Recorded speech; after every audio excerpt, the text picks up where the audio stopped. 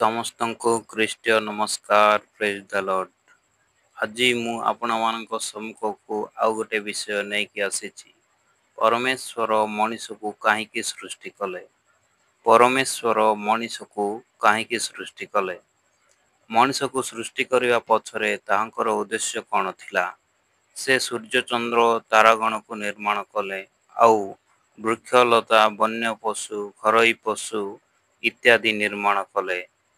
କିନ୍ତୁ ମଣିଷକୁ ସୃଷ୍ଟି କରିବା ପଛରେ ତାଙ୍କର ଉଦ୍ଦେଶ୍ୟ କ'ଣ ଥିଲା, ସେ ବିଷୟରେ ଆଜି ଆଲୋଚନା କରିବା। ପ୍ରଥମ କରି ଆମର ଚ୍ୟାନେଲକୁ ଆସି ଭିଡ଼ିଓ ଦେଖୁଥିଲେ ସବସ୍କ୍ରାଇବ୍ କରନ୍ତୁ ଆଉ ସେୟାର କରନ୍ତୁ, ଯାହାଦ୍ୱାରା ଅନେକ ଲୋକ ଜାଣିପାରିବେ ପରମେଶ୍ୱର ମଣିଷକୁ କାହିଁକି ସୃଷ୍ଟି କଲେ ଏବଂ ମଣିଷକୁ ସୃଷ୍ଟି କରିବା ପଛରେ ତାଙ୍କର ଉଦ୍ଦେଶ୍ୟ କ'ଣ ଥିଲା। ଆଦି ପୁସ୍ତକ 1 ପର୍ବ 26 ପଦରେ ଲେଖାଯାଏ, ଏଥି ଉତ୍ତାରେ ପରମେଶ୍ୱର କହିଲେ, ଆମ୍ଭେମାନେ ଆପଣା ପ୍ରତିମୂର୍ତ୍ତିରେ ଓ ଆପଣା ସାଦୃଶ୍ୟରେ ମନୁଷ୍ୟର ନିର୍ମାଣ କରୁ। ସେମାନେ ଜଳଚର ମତ୍ସ୍ୟଗଣ ଓ ଖେଚର ପକ୍ଷୀଗଣ ଓ ପଶୁଗଣ ଓ ସମସ୍ତ ପୃଥିବୀ ଓ ଭୂମିରେ ଗମନଶୀଳ ସବୁ ଉରଗାମୀ ଜନ୍ତୁ ଉପରେ କର୍ତ୍ତୃତ୍ୱ କରିବେ। ସେ ମନୁଷ୍ୟକୁ କର୍ତ୍ତୃତ୍ୱ କରିବା ପାଇଁ ସୃଷ୍ଟି କଲେ ବା ଶାସନ ଅଧିକାର ଦେଲେ। ପୃଥିବୀର ସମସ୍ତ ବସ୍ତୁ ଏବଂ ପଶୁପକ୍ଷୀ ଇତ୍ୟାଦିକୁ ପରମେଶ୍ୱର ଆପଣା ମୁଖରୁ ନିର୍ଗତ ବାକ୍ୟ ଦ୍ୱାରା ସୃଷ୍ଟି କଲେ। ମାତ୍ର ମଣିଷକୁ ନିଜ ହାତରେ ସୃଷ୍ଟି କଲେ, ତାହା ବି ନିଜର ପ୍ରତିମୂର୍ତ୍ତିରେ ଆଉ ନିଜର ସାଦୃଶ୍ୟରେ। ପରମେଶ୍ୱର ମଣିଷକୁ କର୍ତ୍ତୃତ୍ୱ କରିବା ଅଧିକାର ଦେଲେ। ଅନେକ ଲୋକ କହନ୍ତି, ପରମେଶ୍ୱରଙ୍କ ବିନା ଗୋଟିଏ ପତ୍ର ବି ହଲେ ନାହିଁ। କିନ୍ତୁ ନାହିଁ ମୋର ପ୍ରିୟ ଈଶ୍ୱରଙ୍କ ଲୋକମାନେ, ସେ ମନୁଷ୍ୟକୁ ନିୟନ୍ତ୍ରିତ କରିବା ଅଧିକାର ଦେଇଛନ୍ତି। ସେ ମନୁଷ୍ୟକୁ ମଧ୍ୟ ନିୟନ୍ତ୍ରିତ କରୁନାହାନ୍ତି। ସେ ନିୟନ୍ତ୍ରିତ କରୁଥିଲେ ମଣିଷକୁ ପାପରେ ପଡ଼ିବାକୁ ଦିଅନ୍ତେ ନାହିଁ। ପରମେଶ୍ୱର ମଣିଷକୁ ସ୍ୱାଧୀନତା ଦେଇଛନ୍ତି, ସେ କର୍ତ୍ତୃତ୍ୱ କରିବା ପାଇଁ। ଏଥିପାଇଁ କହିଲେ, ତୁମ୍ଭେ ପୃଥିବୀରେ କର୍ତ୍ତୃତ୍ୱ କର। ତୁମ୍ଭେ ପୃଥିବୀରେ କର୍ତ୍ତୃତ୍ୱ କର ବା ଶାସନ ଅଧିକାର ଦେଲେ। ପରମେଶ୍ୱର କହିନାହାନ୍ତି ଯେ ଆମ୍ଭେ ପୃଥିବୀରେ କର୍ତ୍ତୃତ୍ୱ କରିବା।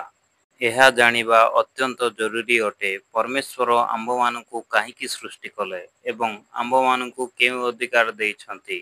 ତେଣୁ ବାଇବେଲ ଆମ୍ଭମାନଙ୍କୁ କହେ, ଲୁକଲିଖିତ ସୁସମାଚାର 3 ପର୍ବ 38 ପଦ। ଲୁକଲିଖିତ ସୁସମାଚାର 3 ପର୍ବ 38 ପଦ।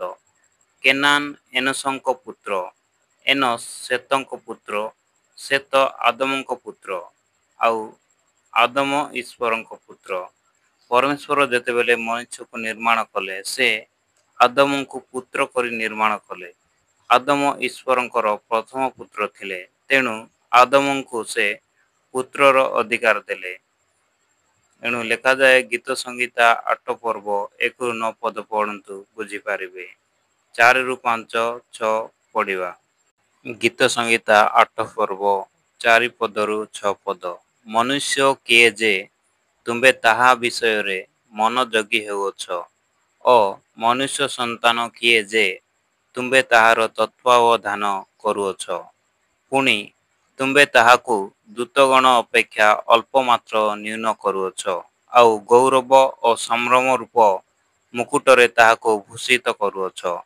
ତୁମ୍ଭେ ଆପଣା ହସ୍ତକୃତ ସକଳ କର୍ମ ଉପରେ ତାହାକୁ କର୍ତ୍ତୃତ୍ୱ ଦେଉଅଛ। ତୁମ୍ଭେ ତାହାର ପଦତଳେ ସମୁଦାୟ ବିଷୟ ରଖିଅଛ। ତୁମ୍ଭେ ଆପଣା ହସ୍ତକୃତ ସକଳ କର୍ମ ଉପରେ ତାହାକୁ କର୍ତ୍ତୃତ୍ୱ ଦେଉଅଛ। ଅର୍ଥାତ୍ ସେ ଶାସନ ଅଧିକାର ଆମ୍ଭମାନଙ୍କୁ ଦେଇଅଛନ୍ତି। ଆଦମ କର୍ତ୍ତୃତ୍ୱ କରିବା ଅଧିକାରକୁ ହରାଇଲେ ଆଉ ଦାସ ପରି ଜୀବନ ଯାପନ କଲେ।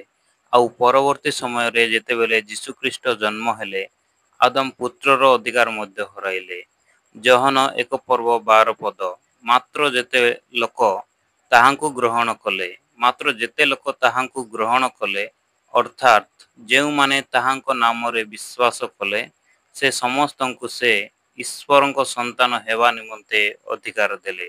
ଯୀଶୁଖ୍ରୀଷ୍ଟ ଆମ୍ଭମାନଙ୍କୁ ଈଶ୍ୱରଙ୍କର ସନ୍ତାନ ହେବା ପାଇଁ ଅଧିକାର ଦେଲେ। ଯୀଶୁଖ୍ରୀଷ୍ଟ ଆମ୍ଭମାନଙ୍କୁ ଈଶ୍ୱରଙ୍କ ସନ୍ତାନ ହେବା ନିମନ୍ତେ ଅଧିକାର ଦେଲେ। ଆଦମ ହରାଇଥିବା ଅଧିକାରକୁ ସେ ପୁଣି ଫେରାଇ ଦେଲେ। ଯୀଶୁଙ୍କୁ ଅଦ୍ୱିତୀୟ ପୁତ୍ର ବୋଲି କାହିଁକି କୁହାଯାଏ? କାରଣ ପରମେଶ୍ୱର ଆଦମଙ୍କୁ ପ୍ରଥମ ପୁତ୍ର ହେବା ଅଧିକାର ଦେଇଥିଲେ। ତେଣୁ ଯୀଶୁଖ୍ରୀଷ୍ଟଙ୍କୁ ଅଦ୍ୱିତୀୟ ପୁତ୍ର ବୋଲି କହନ୍ତି।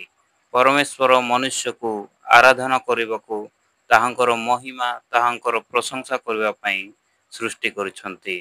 ତେଣୁ ଭିଡ଼ିଓଟି ଶେଷ ପର୍ଯ୍ୟନ୍ତ ଦେଖିଥିବାରୁ ଧନ୍ୟବାଦ।